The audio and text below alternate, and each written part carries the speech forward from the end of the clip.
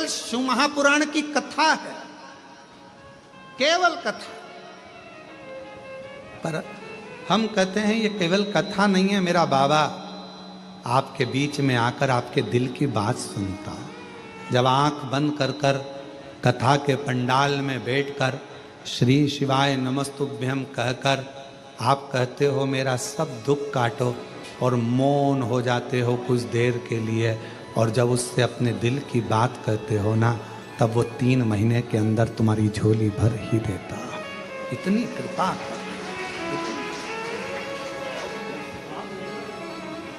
क्यों डरे? Full confidence के साथ, भगवत भजन के साथ, स्मरण के साथ, भक्ति के साथ आगे बढ़ो। आपने कोई गलत तो कृत्य नहीं किया, स्मरण करा। शिव के मंदिर जाओ तो छाती ठोक कर जाओ, मेरा बाप मेरा बाबा। मित्र कहेंगे तू भी त्रिपुंड लगाने लगा, तू भी तिलक लगाने लगा, तू भी हाथ में कलेवा मारने लगा, तू भी शिव जी का नाम लेने लगा, तू भी गले में रुद्राक्ष पहनने लगा। छाती ठोक कर बोलो ये मेरा बाप है। फूल की माला जगत को पसंद आती है और रुद्राक्ष की माला जगदीश को पसंद आती है। फूल की माला जगत के लोगों को पसंद आएगी और रुद्राक्ष की माला जगदीश को पसंद आएगी। भगवान नारायण क्यों प्रसन्न रहते हैं? भगवान नारायण देते हैं कि बैकुंठ में जो आ रहा है ना, उसके गले में रुद्राक्ष की माला थी, नीचे मृत्यु लोक में रहा, उसके गले में लाल धागे में रुद्राक्ष पड़ा रहा, रुद्राक्ष पहनता रहा, शंकर को अपने गले में धारण करता रहा। शिव नहीं थे पर शंकर का रुद्राक्ष, शिव का प्रतिबिंब एक रुद्राक्ष उसके गले में था। नारायण प्रसन्न होते हैं। फूल की माला देखकर जगत प्रसन्न होगा, पर रुद्राक्ष की माला देखकर तो मेरा जगदीश प्रसन्न होता है, शिव प्रसन्न होते हैं, नारायण प्रसन्न होते हैं। ये रुद्राक्ष की माला, डरना नहीं, भय नहीं खाना।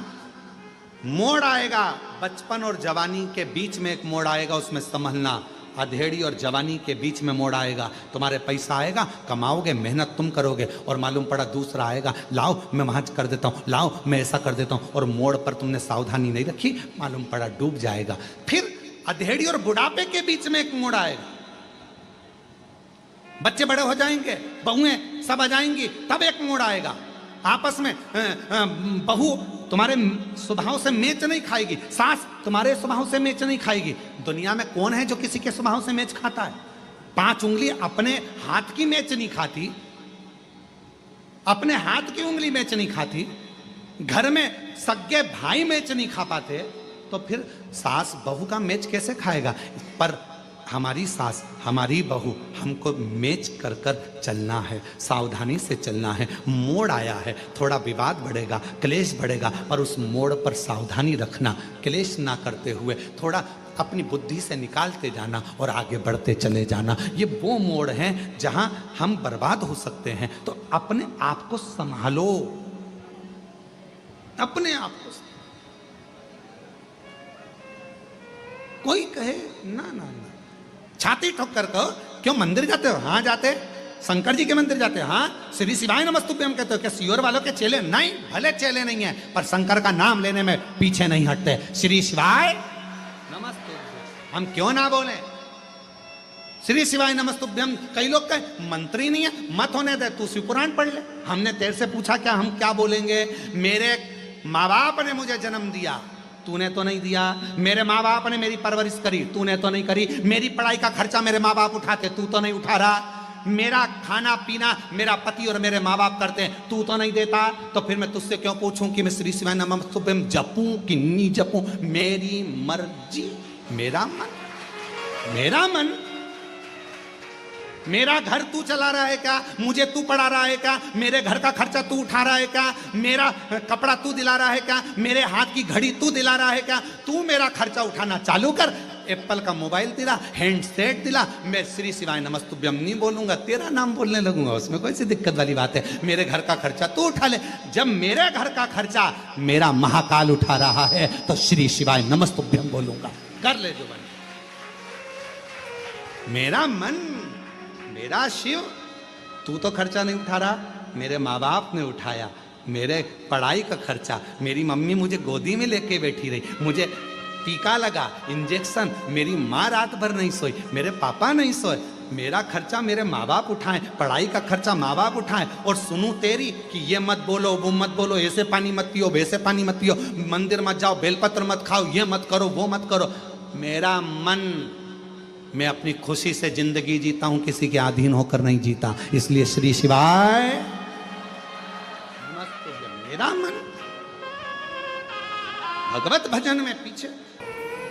शिव कथा भगवान शंकर का प्रतिबिंब कथा, वो कथा 9 तारीख से 15 तारीख तक चलेगी, फिर 17 तारीख। आनंद कार्तिकेय जी का छठ का प्रयोग कर रहे हो तो उसमें आपका विश्वास, आपकी मेहनत, आपका परिश्रम भी होना जरूरी है। परिश्रम, आपकी मेहनत होना जरूरी।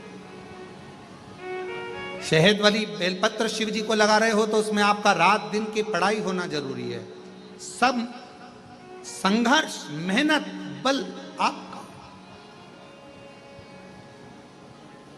फिर देखो शिव कैसे ना कृपा करे।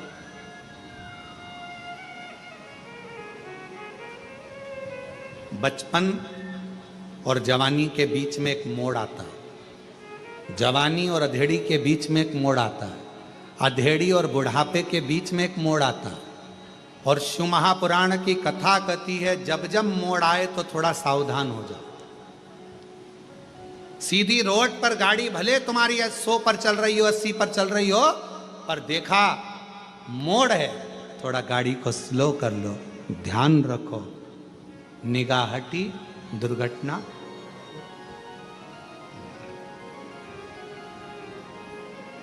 गाड़ी कहां पर लूटती है? सीधी सीधी रोड है तो गाड़ी कभी नहीं लूटी जाएगी। लूटने वाला गाड़ी को कहां लूटता है? थोड़ा मोड़ आता है, गाड़ी स्लो होती है, मोड़ पर गाड़ी को लूटा जाता है, घाटी पर गाड़ी को लूटा जाता है। इसलिए लूटने वाले वहां खड़े होते हैं, सीधी रोड पर नहीं खड़े होते, मोड़ पर। उसी तरह बचपन और जवानी के बीच में एक मोड़ आएगा, जिस मोड़ पर तुम्हारे को ना जाने ऐसे ऐसे मित्र मिलेंगे, ऐसे ऐसे दोस्त मिलेंगे जो तुम्हें गलत गलत जगह पर लेकर जाएंगे। उस मोड़ पर सावधानी रखना, कहीं बिगड़ मत जाना, नहीं तो बचपन जवानी सब समाप्त हो जाएगी। अधेड़ी और बुढ़ापे के बीच में एक मोड़ आएगा, जवानी और अधेड़ी के बीच में एक मोड़ आएगा। उस मोड़ पर सावधान रहना। कई लोग मिलेंगे, हम तुम्हारे पैसे को 4 गुना कर देंगे, एक काम करो हमारी कंपनी में पैसा लगाओ। कोई कहेगा डब्बे में पैसा लगाओ, कोई कहेगा शेयर मार्केट में पैसा लगाओ, मैं तुम्हारे पैसे को 4 गुना कर दूंगा। उस मोड़ पर सावधानी रखना। पैसा आता है पर कैसे जाता है मालूम ही नहीं पड़ पाता। इसलिए किसी पर भरोसा ना करते हुए, आजकल ये ऑनलाइन ठगी हो रही है, ऑनलाइन ठगी हो रही है। ओटीपी आएगा, बताओगे, पैसा चले जाएगा। जरा सा किसी ने फोन कर डरा दिया, मैं तुम्हें डरा रहा हूं, तुम्हारा लड़का यहाँ बंद है, वो बंद है, ऐसा हो गया। कोई तुम्हारे ऊपर मालूम पड़े केस लगाने का प्रयास करेगा, कोई तुम्हारे को डराने का प्रयास करेगा, कोई तुमसे धन लेने का प्रयास करेगा, दबाव बनाएगा धन लेने के लिए, संपदा लेने के लिए। डरना नहीं, डरोगे तो बढ़ नहीं पाओगे। डर व्यक्ति को आगे नहीं बढ़ने देता। इसलिए अपने ऊपर विश्वास कर कर, अपने पर फुल कॉन्फिडेंस कर कर, शिव को 1 लोटा जल चढ़ाकर, किसी के कहने में ना आकर, अपने माँ बाप का कहना मानकर, बुजुर्गों का कहना मानकर आगे बढ़ते चले जाओ और मेहनत करते चले जाओ। डर नहीं है। थॉमस की कथा सुनी आपने? थॉमस की, एक बालक था थॉमस, स्कूल में पढ़ता था, छोटा सा था। स्कूल के टीचर ने उसको बुलाया, एक पत्र पकड़ा कर दे दिया कि ये तुम्हारे घर पर दे देना माँ बाप को। थॉमस पत्र लेकर अपने घर चले गया। मम्मी को कहा, माँ ये पत्र टीचर ने दिया। टीचर, माँ ने कहा ला मुझे दे पत्र। पत्र को माँ ने पढ़ा, अपने बच्चे को गले लगाया। गले लगाकर माँ बोली, बेटा थॉमस। हाँ माँ। जी माँ। माँ पत्र में टीचर ने क्या लिखा है? माँ बोली, बेटा टीचर ने लिख के दिया है, तुम्हारा बच्चा पढ़ने में बहुत होशियार है, बहुत विद्वान है। कोई बड़ा स्कूल देखो, अच्छा स्कूल देखो, उसमें इस बच्चे का एडमिशन कराओ और इस बच्चे को पढ़ाओ।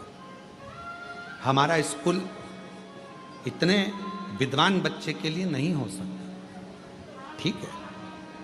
बच्चे को माँ ने खुद घर में पढ़ाया, खुद पढ़ाया। स्कूल बच्चे को माँ ने घर में पढ़ाया। बच्चा इतना विद्वान हो गया, इतना विद्वान हो गया, इतना विद्वान हो गया, जिस थॉमस ने तुम्हारे घर में जो बल्ब लगता है ना, उस बल्ब का आविष्कार कर लिया। तुम्हारे घर में लाइट का जो बल्ब लगता है, उसका आविष्कार थॉमस ने करा। थॉमस ने इतनी विद्वत्ता रखी कि उस बल्ब का आविष्कार थॉमस ने कर लिया। थॉमस की मां, और आज मुझे आविष्कारी बना दिया। आविष्कारी, थॉमस की मां जैसी मां आप भी हो। जगत की सारी मां थॉमस की मां जैसी है। किसी ने आकर कह दिया, देवरानी ने कह दिया तुम्हारा बच्चा पढ़ने में होशियार नहीं है, जेठानी ने कह दिया तुम्हारा बच्चा ऐसा है, मोहल्ले के लोगों ने कह दिया तुम्हारा बच्चा ऐसा है। आप अपने बच्चे पर विश्वास करना। अच्छी एजुकेशन, अच्छी विद्वत्ता एक मां अपने बच्चे को करा सकती है। किसी ने कह दिया तुम्हारे बच्चे में अकल नहीं है, तो बच्चा मूर्ख होता चले जाएगा। तुम्हारा बच्चा चल नहीं सकता, मेरा बच्चा चलेगा।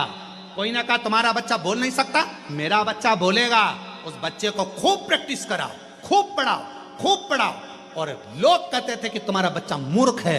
एक दिन ऐसी विद्वत्ता आएगी कि तुम्हारा बच्चा एक सिंहासन पर बैठकर ज्ञान दे रहा।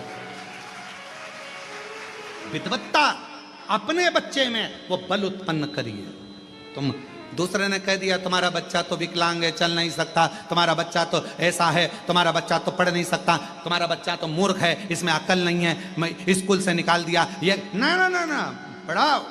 माँ में वो बल होता है कि वो माँ एक कांच के टुकड़े को तराश कर भी हीरा बना देती है। हीरा गुण है मां में। कोई कह दिया तुम्हारे बच्चे में अकल नहीं, वो मूर्ख है, मंद बुद्धि है, ये चलेगा। हमारे पास कई लोग आते हैं, कई लोग व्यासपीठ पर आते हैं, उनके पत्र हम पढ़ते हैं कि डॉक्टर ने कहा था ये बच्चा चलेगा नहीं, कोई ने कहा ये बच्चा ऐसा हो गया, कोई ने कह दिया ये बच्चा। पर मां, सियोर वाला महाराज नहीं, मां में वो बल था। उस मां ने उस बच्चे के साथ इतनी मेहनत करी, इतनी मेहनत करी कि वो बच्चा एक दिन ठीक होकर ही रहा और मां की जिद पूरी हो गई। जिद पूरी। मेहनत तो करना पड़ेगी, थोड़ा परिश्रम करना पड़ेगा। सियोर वाला महाराज नहीं आएगा।